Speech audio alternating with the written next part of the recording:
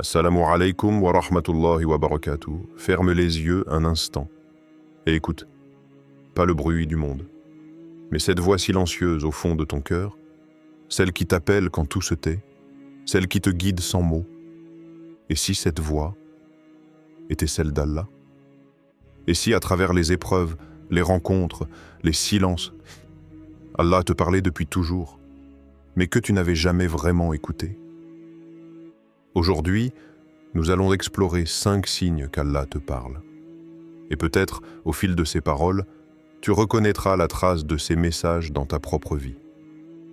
Quand tout s'effondre autour de toi, il y a des moments dans la vie où tout semble se briser d'un seul coup. Ce que tu croyais solide devient poussière. Les gens en qui tu avais confiance s'éloignent, les projets que tu avais construits s'écroulent, et tu restes là, au milieu des ruines, le cœur tremblant, incapable de comprendre pourquoi. Tu lèves les yeux vers le ciel et tu demandes « Pourquoi moi, ya Allah? Pourquoi maintenant ?» Mais en vérité, ce n'est pas un « pourquoi », c'est un « écoute », parce qu'Allah te parle, pas pour te punir, mais pour te réveiller. Tu avais fait de ta réussite une idole silencieuse. Tu pensais que ton bonheur dépendait de quelqu'un, d'un travail, d'une stabilité. Et Allah, dans sa sagesse, retire les appuis qui t'éloignent de lui. Non pas pour te détruire, mais pour que tu apprennes à te tenir debout sur sa parole, pas sur le monde. Il te dit sans mots, « Ce que tu cherches dans les gens, c'est moi qui le possède. » Chaque perte devient alors une lettre envoyée du ciel. Chaque douleur, une ligne d'un message divin. Et si tu apprenais à lire ces signes, tu verrais que tout ce qui t'a quitté t'a en réalité rapproché. Imagine cet homme, ce jour-là. Il se tient devant un sage, les yeux noyés de larmes. Sa voix tremble, « J'ai tout perdu. Ma maison, mon travail, mon espoir. » Et le sage, avec un calme lumineux, lui répond, « Tu n'as rien perdu. Tu as été libéré, libéré. De l'illusion du contrôle. De la dépendance à ce qui change, de la peur de manquer. Parce qu'Allah, quand il t'enlève quelque chose, c'est qu'il veut te montrer une vérité plus vaste. Ce que tu croyais t'appartenir ne t'a jamais appartenu. Ce qui t'a quitté n'était pas écrit pour rester. Et ce qui doit rester, même la tempête ne peut l'emporter. Tu sais, parfois Allah te ferme toutes les portes non pas parce qu'il veut te laisser dehors, mais pour que tu lèves enfin les yeux vers la porte du ciel. Celle qui ne se ferme jamais. Et c'est là que tout commence à changer. Quand tu cesses de demander pourquoi et que tu commences à demander qu'est-ce que tu veux m'apprendre, ya Allah. Parce qu'en vérité, les effondrements ne sont pas des fins. Ce sont des naissances. C'est la coquille de ton ancienne vie qui se brise pour laisser naître une foi plus pure, plus sincère, plus réelle.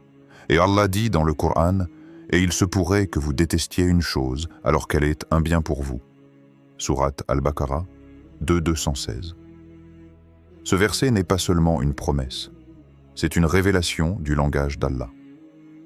Car parfois, le bien se cache dans la douleur, la guérison se cache dans la perte, et la réponse se trouve dans ce que tu croyais être un refus. Pense un instant à ton propre passé. Combien de fois as-tu pleuré pour quelque chose qu'Allah t'a ensuite remplacé par mieux, infiniment mieux? Combien de fois as-tu supplié pour une personne, un projet, un rêve, et plus tard, tu as remercié Allah de ne pas te l'avoir donné? C'est ça la miséricorde cachée. Allah ne te prive jamais sans raison. Il retire seulement ce qui t'empêche de voir lui. Tu ne comprends peut-être pas maintenant. Mais un jour, tu regarderas en arrière et tu diras « Subhanallah, si je n'avais pas perdu cela, je n'aurais jamais trouvé Allah. » Il y a dans chaque effondrement une invitation, celle de te redécouvrir à travers ta foi, de passer du contrôle à la confiance, de la peur à la soumission, du désespoir à la certitude. Quand tout s'effondre autour de toi, c'est peut-être parce qu'Allah veut que tu t'appuies enfin sur lui. Et il ne laisse rien tomber sans le remplacer par quelque chose de meilleur, même si tu ne le vois pas encore. Parce que parfois, il te brise pour te reconstruire plus fort. Il te vide pour te remplir de sa lumière. Il t'arrache à ce que tu aimes pour t'apprendre à l'aimer plus que tout. Et si ta perte était en réalité sa manière de te sauver? Ferme les yeux un instant. Souviens-toi de tout ce que tu as perdu. Puis murmure dans ton cœur, « Ya Allah, si c'est toi qui m'as pris cela, alors je t'en remercie. Parce que je sais que ce que tu m'enlèves me conduit vers toi. » Et à ce moment précis, sans bruit, sans éclat, tu entendras la plus douce des réponses. Je suis avec toi, même au milieu des ruines. Quand ton cœur ressent une gêne dans le péché, il y a des nuits où tu ris, mais ton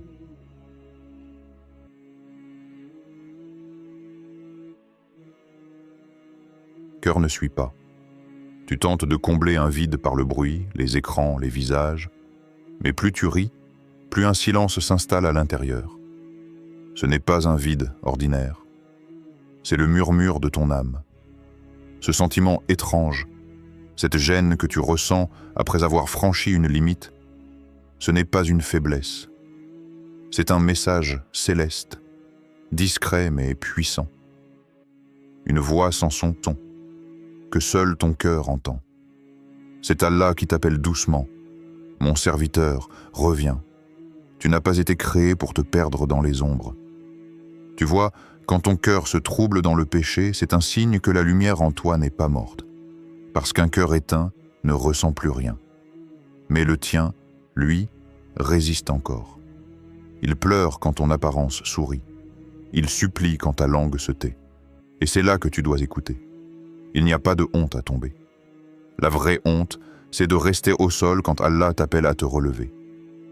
Le prophète a dit, « Le péché est ce qui trouble ton âme, et que tu n'aimerais pas que les gens sachent, musulman. » Remarque bien, il n'a pas dit « ce que les gens condamnent, mais ce qui trouble ton âme. » Parce qu'au fond, tu sais, même quand tout le monde te dit ce n'est rien, ton cœur, lui, dit « c'est trop ». Et cette gêne, c'est ton âme qui te dit « ce n'est pas moi, je n'ai pas été créé pour ça ». Imagine une plume blanche qu'on plonge dans l'encre.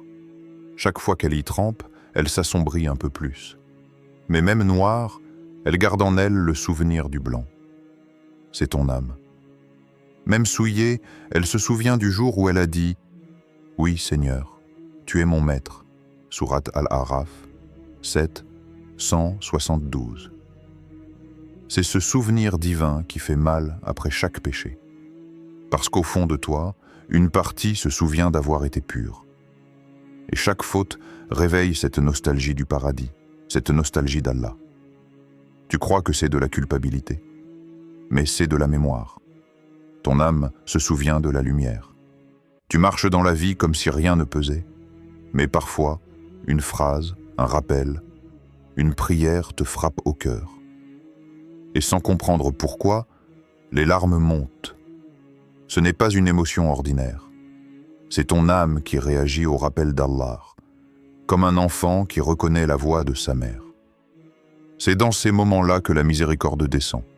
Pas quand tu es parfait, mais quand tu es brisé et que tu dis « Ya Allah, j'ai fauté, mais je ne veux plus me perdre. » Car Allah dit « Allah veut accueillir votre repentir, mais ceux qui suivent leur passion veulent que vous vous écartiez du droit chemin. » Sourate An-Nisa 4, 27. Regarde la beauté de ce verset. Allah veut ton repentir, c'est-à-dire qu'il t'attend, il désire ton retour. Et pendant que toi tu penses que tu l'as déçu, lui, il se réjouit que ton cœur batte encore pour lui. Un jour, un jeune homme vint voir un savant et lui dit « Je tombe dans le péché encore et encore. Mon cœur se sent coupable, mais je recommence. Suis-je hypocrite ?» Le savant sourit et répondit « Non, tu es vivant. Un mort ne ressent plus la douleur. Ce n'est pas le nombre de chutes qui te définit, c'est le nombre de fois où tu décides de te relever. Chaque regret est une graine de lumière. Chaque larme sincère est une prière silencieuse. Et chaque douleur spirituelle est un signe que ton cœur n'appartient pas encore à ce monde. Mais attention, si tu continues à ignorer cette gêne, elle finit par s'éteindre. Et c'est cela, la vraie peur. Car le plus grand châtiment n'est pas dans l'au-delà. Il commence ici, quand le cœur ne réagit plus à rien. Le prophète a dit, « Quand le serviteur commet un péché, un point noir se dépose sur son cœur. Et s'il se repent, son cœur se polit à nouveau. » At-Tirmidhi. Alors demande-toi, combien de points noirs ont voilé la lumière de ton âme? Et combien de repentirs pourraient la rendre à nouveau éclatante? Quand ton âme crie dans le silence, l'écoutes-tu ou l'étouffes-tu? Peut-être qu'Allah te parle à travers ce trouble que tu ressens. Peut-être que cette lourdeur après le péché, c'est sa main invisible posée sur ton cœur pour dire « Reviens avant qu'il ne soit trop tard ». Et si, en vérité, cette gêne était le plus beau signe d'amour d'Allah pour toi? Parce qu'il ne parle pas seulement à travers les miracles, mais aussi à travers la douleur intérieure qui te pousse à revenir. Alors la prochaine fois que ton cœur se serre après une faute, ne fuis pas cette sensation. Ferme les yeux, pose ta main sur ta poitrine et dis « Ya Allah, je t'ai désobéi, mais mon cœur t'appartient encore. Ne laisse pas ma faute me voler ton amour. » Et tu verras, le silence deviendra apaisement, la honte deviendra lumière.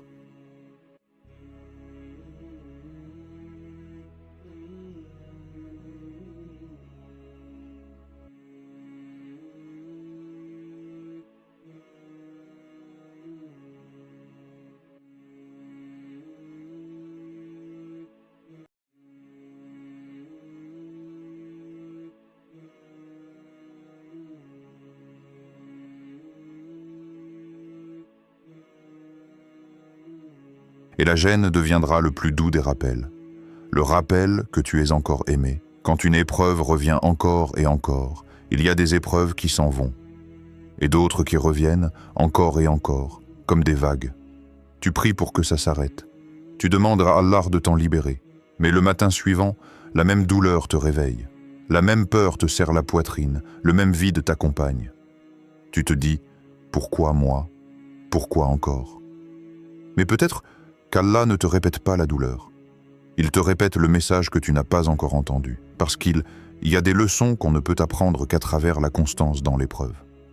Pas dans un instant, pas dans une prière, mais dans le temps, dans la persévérance, dans la fatigue sacrée de l'âme. Tu pries, tu pleures, et rien ne change, et tu crois qu'Allah ne t'a pas entendu. Mais il t'a entendu. Seulement, il t'aime trop pour répondre trop vite. Car parfois, le soulagement immédiat t'empêcherait de grandir. Allah ne veut pas seulement te consoler, il veut te purifier. Et la purification ne se fait pas dans le confort, elle se fait dans le feu des épreuves. Tu demandes à sortir du test, mais Allah t'y maintient parce que c'est dans cette épreuve que tu te découvres réellement. Souviens-toi de Yusuf alayhi salam. Il a été trahi, vendu, emprisonné. Et pourtant, à travers chaque chute, Allah le rapprochait du trône. La prison n'était pas une punition, c'était le passage secret vers sa destinée. Et toi aussi, peut-être que ce que tu vis est un chemin caché, un couloir sombre vers une lumière que tu ne vois pas encore. Peut-être que ce que tu crois être un blocage est en réalité une préparation. Le compagnon du prophète disait « Nous considérions la patience dans l'épreuve comme un signe d'amour d'Allah. » Pourquoi? Parce qu'Allah n'éprouve que ceux qu'il veut élever. L'épreuve est la marque de son attention. C'est son atelier secret où il façonne les cœurs les plus forts. Elle disparaîtra comme elle est venue, doucement, laissant derrière elle un cœur plus fort, plus humble et plus proche d'Allah. Quand tu rencontres des âmes qui t'éveillent. Il y a des visages que tu croises et qui t'apaisent sans parler. Des présences qui, simplement par leur lumière, réveillent quelque chose en toi. Tu ne sais pas pourquoi leur regard te semble familier, pourquoi leur voix résonne comme un écho d'un souvenir ancien. Mais ton cœur sait, ce n'est pas une coïncidence. Allah t'envoie parfois des âmes, non pas pour rester, mais pour t'éveiller. Elles apparaissent comme des étoiles dans une nuit confuse. Elles illuminent un instant ton obscurité intérieure et disparaissent quand leur mission est accomplie. Ces âmes sont des rappels vivants. Elles ne t'imposent pas la foi, elles la réaniment en toi. Elles ne te donnent pas de réponse, elles t'invitent à les chercher. Tu te souviens de cette personne qui t'a parlé d'Allah au moment où tu doutais le plus? De ce mot, cette phrase Ce sourire qui t'a retenu au bord de l'abandon? Rien de tout cela n'était un hasard. C'était un message, un signe, un fil invisible tiré depuis le ciel. Un homme, autrefois, errait dans le désert de sa vie. Chaque relation le blessait, chaque rencontre le vidait. Un jour, il croisa un vieil homme assis sous un palmier. Celui-ci lui dit simplement « Allah ne t'envoie jamais quelqu'un pour rien. Même ceux qui t'ont brisé t'ont montré où tu étais fragile. » Ce jour-là, cet homme comprit que chaque personne était un miroir, reflet d'un aspect de lui-même qu'il refusait de voir.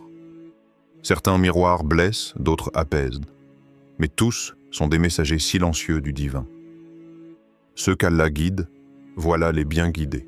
Sourate Al-Araf, 7, 178.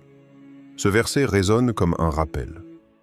La guidance ne vient pas toujours sous forme de livre ou de prière. Elle peut venir sous la forme d'une rencontre, d'un cœur sincère, ou même d'un étranger qui t'a souri au moment exact où ton âme allait céder. Certains t'ont trahi, et pourtant, c'est à travers eux qu'Allah t'a appris à mettre ta confiance en lui seul. Certains t'ont aimé, et à travers eux, il t'a montré ce qu'est la miséricorde. Certains t'ont quitté, et leur départ a ouvert en toi une porte vers la prière. C'est étrange, n'est-ce pas? Comment les plus grandes blessures viennent parfois des messagers les plus doux. Mais sans ces chocs, tu n'aurais jamais levé les yeux vers le ciel. Regarde autour de toi. Parmi toutes les âmes que tu as croisées, combien t'ont conduit à réfléchir? Combien t'ont poussé à changer? Et combien t'ont fait pleurer, non pas de douleur, mais de reconnaissance? Ces rencontres sont comme les vagues de l'océan. Aucune ne reste, mais toutes te façonnent. Certaines te renversent, d'autres te portent. Et au fil du temps, tu comprends que c'est Allah lui-même qui orchestre chaque mouvement, chaque lien, chaque séparation. Le prophète a dit « Les âmes sont comme des soldats rassemblés. Celles qui se reconnaissent s'attirent, et celles qui ne se reconnaissent pas se repoussent. » Al-Bukhari, Muslim. C'est pourquoi tu ressens parfois une connexion immédiate, inexplicable, comme si ton âme disait « Je te connais depuis avant le temps ». C'est peut-être vrai. Dans le monde des âmes, avant la création, Allah fit témoigner chaque esprit. « Ne suis-je pas votre Seigneur ?» Et tous répondirent « Oui, nous en témoignons. » Sourate Al-Araf, 7, 172. Peut-être que certaines âmes que tu rencontres aujourd'hui sont celles qui se sont reconnues ce jour-là. Peut-être qu'elles viennent te rappeler cette promesse oubliée. As-tu déjà remarqué que certaines personnes t'approchent juste avant un grand changement de ta vie? Comme si Allah les envoyait en éclaireur spirituel. Elles te parlent d'un verset, d'un rappel, d'une vérité que tu avais enfouie. Et quand leur rôle s'achève, elles s'éloignent. Tu ressens un vide. Mais ce vide, c'est la trace d'une lumière passée par ton cœur. Ne méprise jamais ces passages. Ne pleure pas trop ceux qui s'en vont. Car si Allah t'a relié à une âme, c'est qu'elle faisait partie de ton itinéraire vers lui. Chaque visage croisé est un verset silencieux. Chaque rencontre, une écriture subtile du destin. Et parfois, le plus beau signe, ce n'est pas un miracle tombé du ciel, mais une personne qui t'a aidé à te relever quand tu pensais ne plus avoir de foi. Question. Et si chaque âme que tu avais rencontrée faisait partie d'une phrase qu'Allah écrit à travers ta vie? Et si ces âmes n'étaient pas venues te détourner mais te ramener doucement vers lui, le seul ami qui ne s'éloigne jamais?